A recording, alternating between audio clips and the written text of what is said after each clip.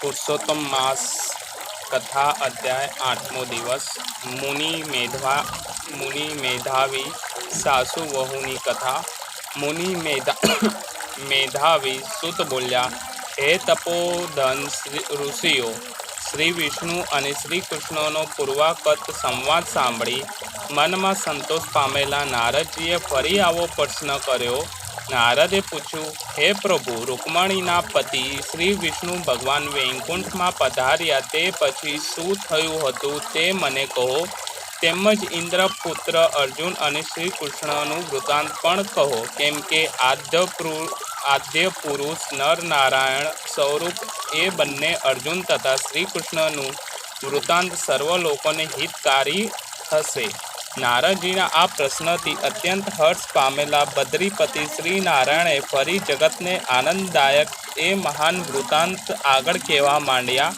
શ્રી નારાયણ બોલ્યા, હે નારદ, રૂકમણીના નાથ શ્રી વિષ્ણુ ભગવાન હર્ષપૂર્વક પોતાના વૈકુંઠ ધામમાં પધાર્યા તે પછી ત્યાં જઈને તેમણે એ અધિક માસને પણ ત્યાં જ વસાવ્યો। તે વખતે ત્યાં રહેઠાણ મેળવી એ અધિક માસ પણ પ્રસન્ન થયો અને સર્વ મહિનાઓનો અધિપતિ થઈ શ્રી વિષ્ણુની સાથે આનંદ કરવા લાગ્યો।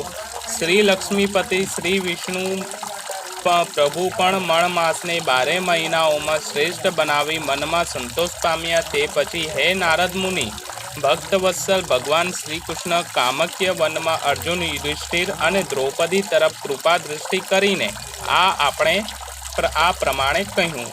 શ્રી કૃષ્ણ બોલ્યા, હે રાજાઓમાં સિંહ સમાન યુધિષ્ઠિર, હું જાણું છું કે તપોવનમાં આવીને દુઃખમાં ડૂબી ગયેલા તમોએ પુરુષોત્તમ માસનો અનાદર કર્યો છે અને વૃંદાવનમાં ચંદ્ર સમાન પુરુષોત્તમ ભગવાનને પ્રિય તે માસને તમે સેવ્યો જ નથી, તેથી તમે દુઃખી છો। તમે વનમાં વાસ કર્યો ત્યારે ગફલતમાં પુરુષોત્તમ માસને એમને એમ દાન પુણ્ય વિના તમે ગુમાવ્યો છે, તેમજ ભય અને દ્વેષયુક્ત હોવાથી ભીષ્મ, દ્રોણ અને કર્ણના ભયથી ભયભીત મનવાળા તમોને હસ્તિનાપુર ઇન્દ્રપ્રસ્થમાં પણ પુરુષોત્તમ માસને જાણ્યો જ નથી। વળી કૃષ્ણ દૈત્યાન વેદવ્યાસની પાસેથી મેળવેલી વિદ્યાનું અનાદર કરવા તત્પર રહેલો વીર અર્જુન જ્યારે ઇન્દ્રકીલ પર્વત તરફ ગયો ત્યારે પણ તેના વિયોગથી દુઃખી થયેલા તમે પુરુષોત્તમ માસ જતો રહ્યો તેને જાણ્યો નથી, પણ એમાં તમે શું કરી શકો? ભાગ્યનો જ આશ્રય કરો। મનુષ્યનું જેવું પૂર્વજન્મનું પુણ્ય પાપ રૂપ અદ્રષ્ટ દ્વારા ઉત્પન્ન થયું હોય છે એ જ અવશ્ય ભોગવવું પડે છે। સુખ, દુઃખ, ભય અને કલ્યાણ એ બધું અદ્રષ્ટ દ્વારા જ માણસો પામે છે, માટે તમે એ અદ્રષ્ટ ઉપર જ સદા આદર રાખીને રહો। હવે બીજું પણ તમારા દુઃખનું કારણ હું જ કહું છું। હે મહારાજ, તે આશ્ચર્યકારક તથા ઐતિહાસિક છે, તેને તમે અમારા મુખથી સાંભળો। મહાભાગ્યશાળી આ દ્રૌપદી પૂર્વજન્મમાં મેધાવી નામના શ્રેષ્ઠ બ્રાહ્મણનું પુત્રી રૂપે જન્મી હતી। એ સુંદર મધ્ય ભાગવાળી સુંદરી હતી, તેનું નામ મેઘાવતી હતું। હે રાજન, સમય જતાં એ 10 વર્ષની થઈ ત્યારે રૂપ અને લાવણ્યથી મનોહર હોવાથી તે નેત્રના કટાક્ષોથી શોભવા લાગી। ચતુરાઈ અને ગુણોથી યુક્ત પણ થઈ। એના પિતાને તે એકની એક જ પુત્રી હતી, તેથી એને તે ઘણી જ વહાલી હતી। વળી તે ચતુર, ગુણવાળી તથા સુંદર પણ હતી। એના પતિએ તેને પુત્રની જેમ કાયમ લાડ લડાવ્યા હતા, ક્યારેક અપમાન કે તિરસ્કાર કર્યો જ ન હતો। એ સાહિત્ય શાસ્ત્રમાં કુશળ અને નીતિશાસ્ત્રમાં પણ પંડિતા હતી। એની માતા પહેલાં જ સ્વર્ગવાસી થઈ હતી,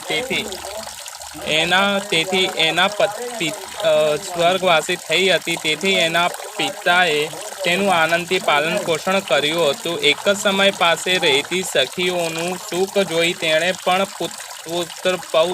પુત્ર પૌત્રના સુખની ઈચ્છા થઈ। તેણે વિચાર કરવા માંડ્યો કે મને પણ આવું સુખ કઈ રીતે થાય।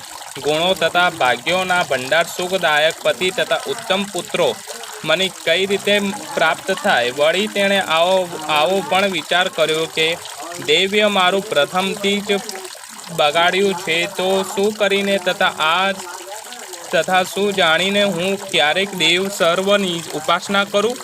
ક્યાં મુનિની સેવા કરું? ક્યાં તીર્થોનો આશ્રય કરું? મારું ભાગ્ય કેમ સૂઈ ગયું છે? મારો કોઈ પણ પતિ અથવા ઈચ્છતો નથી. અહો, આશ્ચર્ય છે કે મારા પિતા પંડિત છે, છતાં તે પણ મારા ભાગ્યના વશથી મૂઢ બન્યા છે. મારો વહિવાકાળ થઈ ચૂક્યો છે, છતાં હજી કોઈ યોગ્ય પતિ સાથે મને તેમણે પરણાવી નથી. હું સુખીઓની વચ્ચે મુખ્ય છું, છતાં કુંવારી હોવાથી દુઃખીથી પીડાઉં છું. મારી સખીઓમાં સમુદાયની જેમ હું સ્વામીના સુખને જાણતી નથી. મારા માતા ભાગ્યશાળી હતી, છતાં તેઓ પહેલાં જ સ્વર્ગવાસી કેમ થઈ? એમ તેમ બાળી ચિંતામાં વ્યાકુળ થઈ વિચારોરૂપી મહાસાગરમાં મોહરૂપી જળમાં ડૂબકા ખાતી હતી અને શોક મોહન તરંગોથી પીડાતી હતી. એ સમયે ઋષિ રાજા મેઘાવી પણ પોતાની કન્યાનું દાન કરી દેવા પણ માટે પૃથ્વી પર ફરતા હતા અને યોગ્ય વરની શોધ કરતા હતા, પણ તેવો યોગ્ય વર તેમને મળ્યો નહીં. તેથી પોતાના સંકલ્પ માટે તે નિરાશ થયા. મેધાવીના સંકલ્પોનું પાંજરું પોતાની પુત્રી અને પોતાના દુર્ભાગ્યને લીધે ભાગી પડ્યું. તેવામાં દેવયોગ તેમને મહાભયંકર તીવ્ર તાવ આવ્યો. તેમના સર્વ અંગો ફાટીને તૂટી જવા લાગ્યા. તાપની જ્વાળાઓથી તે ગભરાઈ ગયા અને શ્વાસોચ્છ્વાસ થઈ જતા આવવા લાગ્યા. મહાભયંકર મૂર્છા આવતા ભોંય પર ઠોકરો ખાવા લાગ્યા અને દારૂથી બેભાન બનેલા જેમ જમીન પર પછડાવા લાગ્યા. એ પરિસ્થિતિમાં તે પોતાની ઘેર તો આવ્યા, પણ તે જ સમયે પૃથ્વી પર પડી ગયા. તેમની પુત્રી મેધાવતી પોતાના પિતા પાસે આવી પહોંચી, પણ તરત જ ભયથી ગાભરી બની ગઈ. બ્રાહ્મણ મેઘાવી પણ મરવાની અણી પર પહોંચી જવાથી પોતાની તે દીકરીને યાદ કર્યો હતો. ભાવિ બનવામાં બળથી તરત જ મેઘાવીને કંપારી થવા લાગી. તેમણે જાણ્યું કે કન્યાદાનના પ્રસંગે તથા મહોત્સવથી પોતે વંચિત જ રહેવાનો છે. તે પછી પૂર્વકાળમાં ગૃહસ્થમાં તેમણે જે કંઈ ધર્મ નિમિત્તે પરિશ્રમ કર્યો હતો, તેને લીધે તેમની સંસાર વાસના છૂટી ગઈ. તેમણે પોતાનું ચિત્ત શ્રીહરિમાં ધારણ કર્યું. તરત જ મેઘાવીએ પુરુષોત્તમમાં શ્રીહરિનું સ્મરણ કરવા માંડ્યું. જેમ ભગવાનનો રંગ કમળોની પાંખડી જેવો કાળો છે, એમ આકૃતિ 3 ઠેકાણે વાકી તથા સુંદર છે. તેમણે મરણ સમયે આ પ્રમાણે પ્રભુ પ્રાર્થના કરી હતી: હે રાસેશ્વર, હે રાધાપતિ, આપે પ્રચંડ બાહોથી દેવોના શત્રુઓને દૂરથી જ મારી નાખ્યા છે.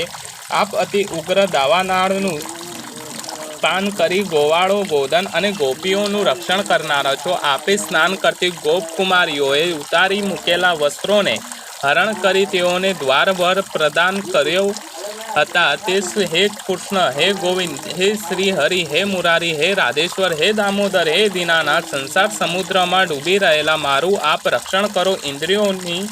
ઇન્દ્રિયોના નિયંતા અને આપને મારા વારંવાર નમસ્કાર. મેધાવી મુનિના એ પ્રાર્થના વચન દૂરથી સાંભળી તરત જ ભગવાનના દૂતો પ્રભુલોકથી ત્યાં આવી પહોંચ્યા. તે પછી મૃત્યુ પામેલા મેધાવી મુનિનો હાથ ઝાલી પરમેશ્વરના ચરણ કમળમાં તેઓ લઈ ગયા. તે વખતે પિતાનો પ્રાણ ત્યાગ જોઈ તેની પુત્રી મેધાવતી હાય હાય એમ પોકારવા લાગી. તેણે મરેલા પિતાના શરીરને ખોળામાં લઈ અતિ દુઃખી થઈ વિલાપ કરવા માંડ્યો. ટીટોળીની જેમ લાંબા કાળ સુધી વિલાપ કર્યા પછી અતિશય દુઃખી થયેલી તે બાળને વિહળ થઈ પોતાનો પિતા જાણે જીવતો હોય તેમ તેની ઉદ્દેશી નીચે પ્રમાણે કહેવા માંડ્યું. બાળ બોલી: હાય હે પિતા, હે કૃપાસાગર, હાય હે પિતા, હે આનંદના આપનાર, આપનાર આજે મને કોના ખોળમાં મૂકી તમે વિષ્ણુના ધામમાં ગયા? હે તાત પિતા વિનાની થયેલી મારી હવે કોણ ખબર રાખશે? મારે ભાઈ નથી અને કોઈ કુટુંબીય નથી. અરે રે, મારી રાખડી માતે નથી. ઓ તાત, મારા અન્ન વસ્ત્રની ચિંતા હવે કોણ કરશે? એ મુનિશ્રેષ્ઠ, આ તમારો આશ્રમ આજે વેદ ધવની વિનાનો અને ઉજ્જડ થઈ પડ્યા છે. તે જાણે નિર્જનની જંગલ જેવો લાગે છે. તેમાં હવે હું કઈ રીતે રહીશ? બસ હવે તો હું પણ મરણ પામીશ. મારે હવે જીવવાનું શું પ્રયોજન છે?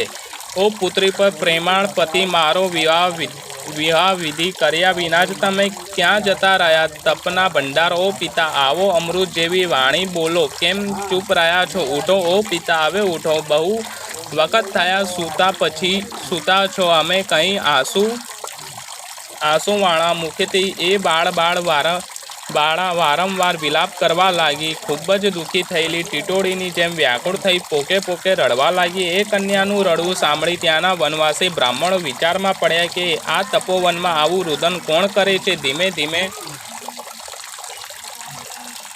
ધીમે તેઓને મેધાવી ઋષિની પુત્રીના અવાજની ખાતરી થઈ એટલે તેઓ એકદમ ગાભરા બની હાહાકાર કરતા ત્યાં દોડી આવ્યા. તેઓએ આવીને જોયું કે મેધાવી મુનિ પુત્રીનો ખોળમાં મરેલા પડ્યા હતા.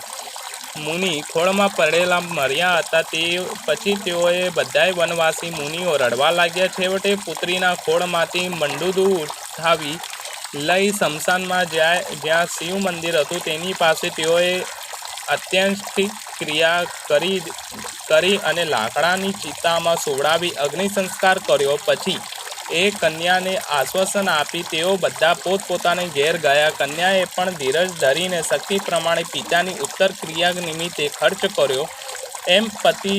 એમ પિતાના મરણ પછીની બધી જ ક્રિયા કરીને એ કન્યાએ તે તપોવનમાં રહેવા લાગી. પણ પિતાની વિયોગથી થયેલા દુઃખને લીધે તે બળ્યા કરતી હતી. અગ્નિથી બળી ગયેલી કેળની જેમ, છતાં વાછરડું મરી જતાં દુઃખી થયેલી ગાયની જેમ તે પીડાયા કરતી હતા.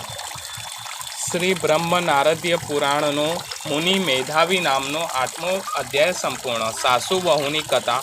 કનકપુર નામનું એક ગામ તે નદીના કિનારે આવેલો હતો. તેમાં મણિબેન તેમના દીકરા તેમજ વહુ સાથે રહે. સવાર પડતા દીકરો ખેતરે જાય અને દીકરાની વહુ ઘરનું બધું જ કામ કરે. મણિબેન આખો દિવસ નવરા એટલે આજુબાજુના પડોશમાં જઈ વાતો કરે. ઘેર બેઠા પડોશનને બોલાવી ગપ્પા હાંક્યા કરે. આમ આખો દિવસ પૂરો કરે. તેમને ધર્મ ધ્યાનમાં બહુ રસ ન હતો. ગપ્પા મારવામાં, તેમને જ વાતો કરવામાં તે એકા હતા. તેમના દીકરાની વહુનું નામ મેના હતું. મેના ઓછું બોલતી, ઘરના કામકાજમાં તે ડૂબી રહેતી, સમય મળે ધર્મ ધ્યાન કરતી. એવામાં પુરુષોત્તમ માસ આવ્યો. મણિબહેને પુરુષોત્તમ માસનું વ્રત કરવાનું નક્કી કર્યું. મારી સાસુ વ્રત કરનાર છે જાણી મેનાએ પણ વ્રત કરવા વિચાર્યું. તેણે પોતાની સાસુએ આ બાબત જાણવી તે મણિબેનને ગુસ્સો થઈ છણકો કરી બોલ્યા, મોટી જોઈ ભક્તાણી, ઘરમાં બેસી ધર્મ ધ્યાન કરો. નદીએ નાહવા જવાની જરૂર નથી. મેના સાસુની નારાજગી સમજી ગઈ. તે મૌન રહી. તેણે મનોમન વ્રત કરવાનો સંકલ્પ કરી લીધો. મણિબેન રોજ સવારે વહેલા ઉઠી નદીએ સ્નાન કરવા જતા. નદીએ સ્નાન કરી કાંઠા ગોરમાનું પૂજન કરતા. કથા વાર્તા ચાલતી હોય ત્યાં બેસી કથા વાર્તા સાંભળતા. બ્રાહ્મણને દાન દક્ષિણા આપતા. આ બાજુ મેના પણ સવારે વહેલી ઉઠી નિત્ય નિયમ મુજબ સ્નાન કરતી. તે સ્નાન વખતે, હે પુરુષોત્તમ ભગવાન, મારું આ સ્નાન વ્રતનું સ્નાન તરીકે માન્ય રાખજો. આટલું કહી નાહતા હે પુરુષોત્તમ ભગવાન કયા કરતી. તેણે દેવાસ્થાનમાં પુરુષોત્તમ ભગવાનની નાનકડી મૂર્તિની સ્થાપના કરી. તે દરરોજ ધૂપ, દીપ, પુષ્પ વગેરે તેમની સ્તુતિ કરતી, આરતી કરતી. મેના અધિક માસમાં કથરોટમાં બેસીને સ્નાન કરતી હતી. તેણે એક કહેવત સાંભળેલ કે મન ચંગા તો કથરોડમાં ગંગા. તે ન્યાય દરરોજ કથરોડમાં બેસીને સ્નાન કરતી હતી. લોટાથી શરીર ઉપર પાણી રેડતી, જ્યાં ને પુરુષોત્તમ ભગવાનનું રટણ કરતી જાય. એક દિવસ મણિબેન નદીએ સ્નાન કરવા ગયેલ. ત્યાં નાહતા તેમની કાનની ચૂની પાણીમાં પડી ગઈ. તેની ચૂની શોધવા તેમણે ઘણી મથામણ કરી, પણ કંઈ હાથમાં લાગી નહીં. અંતે કંટાળી તે નિરાશ થઈને ઘેર આવ્યા. હવે બન્યું એવું કે મેના કથરોડમાં બેસીને નાહી રહી હતી. ત્યાં તેની નજરે કાનની ચૂંટણી પડી તેણે તે લઈ ઘરમાં મૂકી. મણીબહેને ઘેર આવી મેનાને પોતાની ચૂંટણી પાણીમાં પડી ગઈ તેમ જણાવ્યું ત્યારે મેનાએ કહ્યું, હું કથરોળમાં નહાતી હતી ત્યારે કથરોળમાંથી મને એક ચૂંટણી મળેલ છે, તે તમે રાખો. મણીબહેનને તે ચૂંટણી લઈ જોયું તો તે પોતાની ચૂંટણી હતી. તે આશ્ચર્યમાં પડી ગયા પણ કંઈ બોલ્યા નહીં. 5 દિવસ ગયા હશે કે નદીમાં નહાતા મણીબહેનના હાથમાં વીંટી સરકી જઈ પાણીમાં પડી. આ સમયે પણ મણીબહેન ઘણી શોધાશોધ કરી નહાનાર બીજા ભાવિકોને પણ વાત કરી. તેઓ પણ શોધવા લાગ્યા પરંતુ કોઈને હાથમાં વીંટી ના આવી નહીં. આખરે થાકીને નિરાશ થઈ મણીબહેન ઘેર આવ્યા. આ સમયે પણ મેનાને નહાતા કથરોળમાં વીંટી મળી. તે વીંટી જોતા ખ્યાલ આવ્યો કે નક્કી આ વીંટી મારી સાસુની છે. મણીબહેન ઘેર આવતા તરત મેનાને તે વીંટી તેમને આપતા કહ્યું, હું કથરોળમાં નાહી રહી હતી તેમાંથી આ વીંટી મળી છે. મણીબહેન વીંટીને ઓળખી ગયા. તેઓ કંઈ બોલ્યા નહીં કે મારી વીંટી પાણીમાં પડી ગઈ છે. તેમણે મનોમન વિચાર કર્યો, ચૂંટણી અને વીંટી નદીના પાણીમાં પડે અને જ્યારે નીકળે તે કથરોળમાં, આમાં નક્કી કંઈ ચરિત્ર છે. મેના મેલી વિદ્યા જાણતી હતી અથવા તે ચૂડેલ હોય, આના વિના આમ બની શકે નહીં. મણીબહેનના મનમાં ગભરાટ વ્યાપ્યો. આ વહુ અમારું ધનોત કાઢી નાખશે અને શાંતિથી જીવવા નહીં દે. આ વાત છે. ભવિષ્યમાં તેના છોકરાઓ થાય, તેને આ ભરકી જાય તો અમારા વંશનો નાશ થાય. આને માટે મારે કંઈ ઉપાય કરવો પડશે. પુરુષોત્તમ માસ પૂરો થયા પછી તેની વાત સાંજે તેનો દીકરો ખેતરેથી આવ્યો. મણીબહેને તેને મીઠું મરચું ભભરાવીને બંને પ્રસંગની વાત કરી હતી. દીકરો સમજુ હતો તેથી તે કંઈ બોલ્યો નહીં. આગળ જોયો જશે તેમણે મનમાં વિચાર કર્યો. પુરુષોત્તમ માસ પૂરો થતાં મણીબહેને ઉજવણું કર્યું. તેમણે યજ્ઞ કરાવ્યો. તેમાં ઘણા બ્રાહ્મણો, વ્રત કરનારાઓને સંગા સંબંધીઓ નોતરું કર્યું. યજ્ઞ પૂરું થતાં યજ્ઞમાં શ્રીફળ હોમવામાં આવ્યું કે તરત જ એક ગેબી અવાજ આવ્યો, હે મણીબહેન, તમે બધાને મારો પુરુષોત્તમ માસનું વ્રત કર્યું, યજ્ઞ કર્યો, દાન દક્ષિણા આપી અને મને સંતોષવા પ્રયત્ન કર્યો તે ઠીક છે, પરંતુ આખા ગામમાં શ્રેષ્ઠમાં શ્રેષ્ઠ વ્રત તમારા દીકરાની વહુએ મેનાએ કર્યું છે. તેણે મારી પૂર્ણ શ્રદ્ધા સાથે ભક્તિ કરી છે. તેનાથી હું સંતુષ્ટ થયો છું. હું તને આશીર્વાદ આપું છું, તેનું કલ્યાણ થશે. આટલું બોલી ગેબી અવાજ બંધ થયો. યજ્ઞમાં આવનાર બધાને મેનાના ઘણા વખાણ કર્યો. મણીબહેન પણ સાચી વાત સમજાઈ ગઈ. બોલો શ્રી પુરુષોત્તમ ભગવાન કી જય.